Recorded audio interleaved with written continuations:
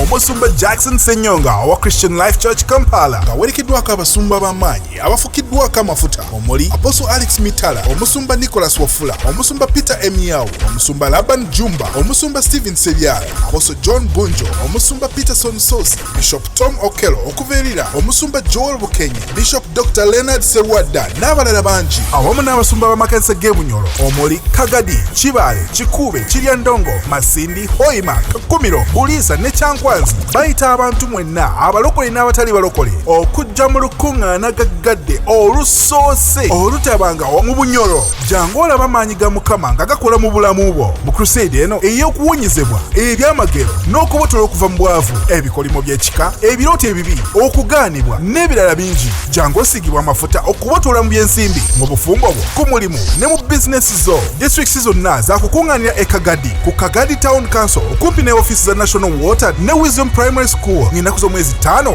6 ne 7 mwezi ogwa April 2022 ku ssaawa 8. Ate teweerabira tujja kubeerawo n'okusomesebwa ku makya olwo tuyingire crusade ku ssaawa 8 ez'omutuntu. Muleete abalwadde, abalema na buli ssekinnoomu yenna. Katonda ajja bbawonya.